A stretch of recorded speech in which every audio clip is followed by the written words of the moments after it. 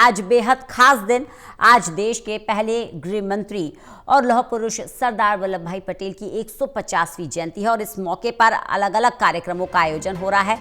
भव्य कार्यक्रमों का आयोजन देश के अलग अलग हिस्सों में हो रहा है और इसी कड़ी में केवड़िया में, गुजरात के केवड़िया में एक भव्य आयोजन हुआ जिसमें प्रधानमंत्री नरेंद्र मोदी ने राष्ट्रीय एकता की शपथ दिलाई।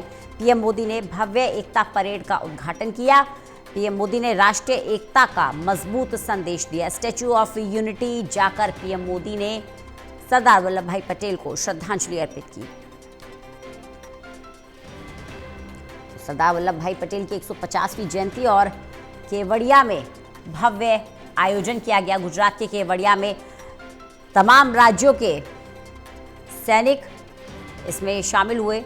पुलिस सैनिक इसमें मार्च करते हुए नजर आए, अपने अपने राज्यों की कलाकृति को दिखाया, अपने शौर्य को दिखाया।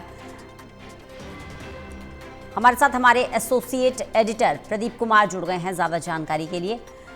प्रदीप, प्रधानमंत्री नरेंद्र मोदी गुजरात पहुंचे जहां उन्होंने सरदार वल्लभ भाई पटेल को श्रद्धांजलि अर्पित की। यहाँ जो परेड देखी हमने अपने दर्शकों को दिखाई, तमाम राज्यों के पुलिस बल यहाँ मौजूद रहे, तमाम राज्यों की झांकियाँ हमने देखी।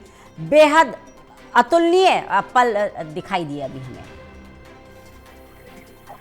देखिए बिल्कुल, और ये काफी महत्वपूर्ण दिन है जब हम याद कर रहे हैं लौह पुरुष जो देश के पहले उप प्रधानमंत्री रहे, साथ ही गृह मंत्री रहे, सरदार वल्लभ भाई पटेल। उनकी 150वीं जयंती और जन्म दिवस के इस मौके पर उनको यहाँ पर उनको लेकर कार्यक्रम की जो रूपरेखा, सबसे बड़ी रूपरेखा है वो केवड़िया में एकता नगर में जो राष्ट्रीय एकता दिवस के मौके पर प्रधानमंत्री नरेंद्र मोदी ने वहाँ पर देशवासियों को राष्ट्रीय एकता की शपथ दिलाई है। साथ ही उन्होंने संबोधित भी किया है। तो गणतंत्र दिवस की परेड की तर्ज पर झांकियां रंग बिरंगी एकता से भरी हुई वो देखने को मिली है। इसके अलावा अर्धसैनिक बलों की झांकियों में जहां भारत के गौरव, उसकी सुरक्षा और उसकी जो सांस्कृतिक एकता में, विविधता में एकता है, उसकी सांस्कृतिक झटा देखने को मिली है। और इस मौके पर प्रधानमंत्री मोदी ने अपना संबोधन भी दिया है। तो एकता दिवस का जो महत्व है और जिस तरीके से 26 जनवरी जैसा यहाँ पर इसको यहाँ पर बनाया गया है, इस खास मौके पर जो स्टैच्यू ऑफ यूनिटी जाकर पीएम मोदी ने सरदार वल्लभ भाई पटेल को श्रद्धांजलि दी। उसके बाद एकता परेड, फ्लैग मार्च, महिला नेतृत्व में मार्च पास्ट, सांस्कृतिक कार्यक्रम और भारतीय वायुसेना का एयर शो हुआ है। और प्रधानमंत्री ने लोगों को संबोधित करते हुए सरदार पटेल की 150वीं जयंती पर बधाई दी है और साथ ही इस मौके पर बड़ा करारा भार भी राजनीतिक विरोधियों, खासतौर से कांग्रेस पर बोला है। बिल्कुल, कई बड़ी बातें रही प्रधानमंत्री नरेंद्र मोदी के संबोधन की भी। जिस तरह से प्रधानमंत्री नरेंद्र मोदी ने एकता की शपथ दिलाई, अखंडता की शपथ दिलाई, उसी के साथ साथ पीएम मोदी का ये भी कहना कि जो कश्मीर का हिस्सा भारत के पास होना चाहिए था वो पाकिस्तान ने हथियाया और उसका बड़ा कारण कांग्रेस और कांग्रेस की राजनीति है। देखिए बिल्कुल, और इस मौके पर जब प्रधानमंत्री नजर आए हैं तो उन्होंने राष्ट्रीय सुरक्षा की बात की है, तत्कालीन इतिहास की बात की है, उसमें जो कमियां रही और जो देश को एक सूत्र में पिरोने वाले सरदार वल्लभ भाई पटेल को जो मान सम्मान मिलना चाहिए था उसमें कमोबेशी रही, ये जिक्र उन्होंने अपने भाषण में किया है। साथ ही उन्होंने ऑपरेशन सिंदूर का जिक्र कर पाकिस्तान को जो यहाँ पर आतंकी ठिकाने ध्वस्त किए गए उसका जिक्र करते उन्होंने देश की सेना के शौर्य बदले भारत का जिक्र किया। तो सरदार पटेल की जयंती के उपलक्ष्य में स्मृति सिक्का और विशेष डाक टिकट वो भी जारी किया था प्रधानमंत्री ने। ये जरूर है कि इस मौके पर उन्होंने राजनीतिक विरोध और कांग्रेस को घेरते हुए बड़े आरोप लगाए हैं।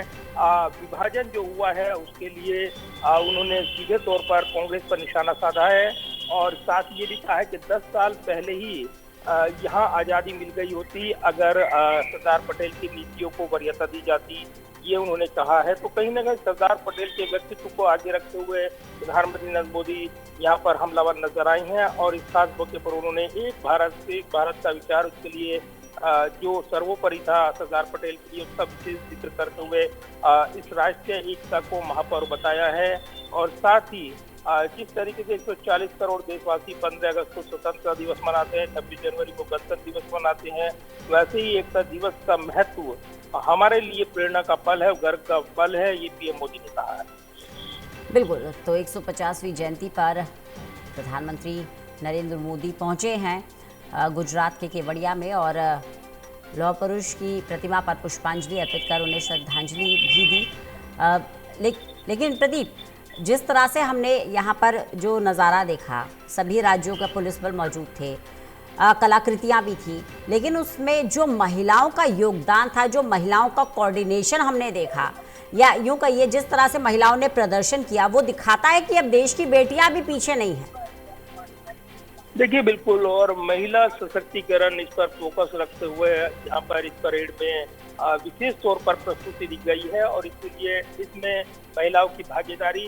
दूसरी तरफ सुरक्षा बलों की बात करें तो अर्धसैनिक सुरक्षा बलों की टुकड़ियां मार्च पास्ट करते हुए रंग बिरंगे सांस्कृतिक कार्यक्रम, ठीक वैसे ही नजारा जैसा कि अमूमन आप कर्तव्य पथ पर देखते हैं 26 जनवरी की परेड में, ऐसा ही नजारा केवड़िया के एकता नगर में देखने को मिला है और काफी भव्य तरीके से ये कार्यक्रम 150वीं जयंती सरदार वल्लभ भाई पटेल की उनके जरिए पूरा राष्ट्रव्यापी मैसेज दिया गया है। खास बात यह है रंजना की आज ही पुण्यतिथि है पूर्व प्रधानमंत्री इंदिरा गांधी की और कहीं न कहीं राजनीतिक विरोधी कहते हैं कि विरासत को लेकर एक लंबी लकीर खींचते हुए सरदार पटेल को एक आगे के पायदान पर लाते हुए यहाँ पर बीजेपी सरकार, एनडीए सरकार दिख रही है। लेकिन ये भी बात है कि दोनों शख्सियत अपनी अलग अलग जो उनकी यार योगदान रही है अलग अलग कालखंड में, उसको कोई भुला नहीं सकता है और दोनों शख्सियत देश के लिए उन्होंने जो किया है उसको लिए उनको श्रद्धांजलि दी जा रही है। राजनीति के विरोध में अगर देखें तो इस पर बार पलटवार चलते हैं, लेकिन सरदार पटेल के व्यक्तित्व और उनके कर्तृत्व को लेकर कोई संदेह नहीं है और इसीलिए यहाँ पर सरदार पटेल के जन्म दिवस को 150वीं जन्म जयंती दिवस पर जो भव्य कार्यक्रम हुआ है उसके जरिए प्रधानमंत्री ने अपने भाषण में राजनीतिक विरोधियों पर निशाने साधे हैं। बिहार का चुनावी मुकाबला चल रहा है तो ये बिहार तक मैसेज जाएगा ऐसा दिखाई देता है। चलिए, बहुत बहुत शुक्रिया प्रदीप हमारे साथ जुड़ने के लिए, इस जानकारी के लिए।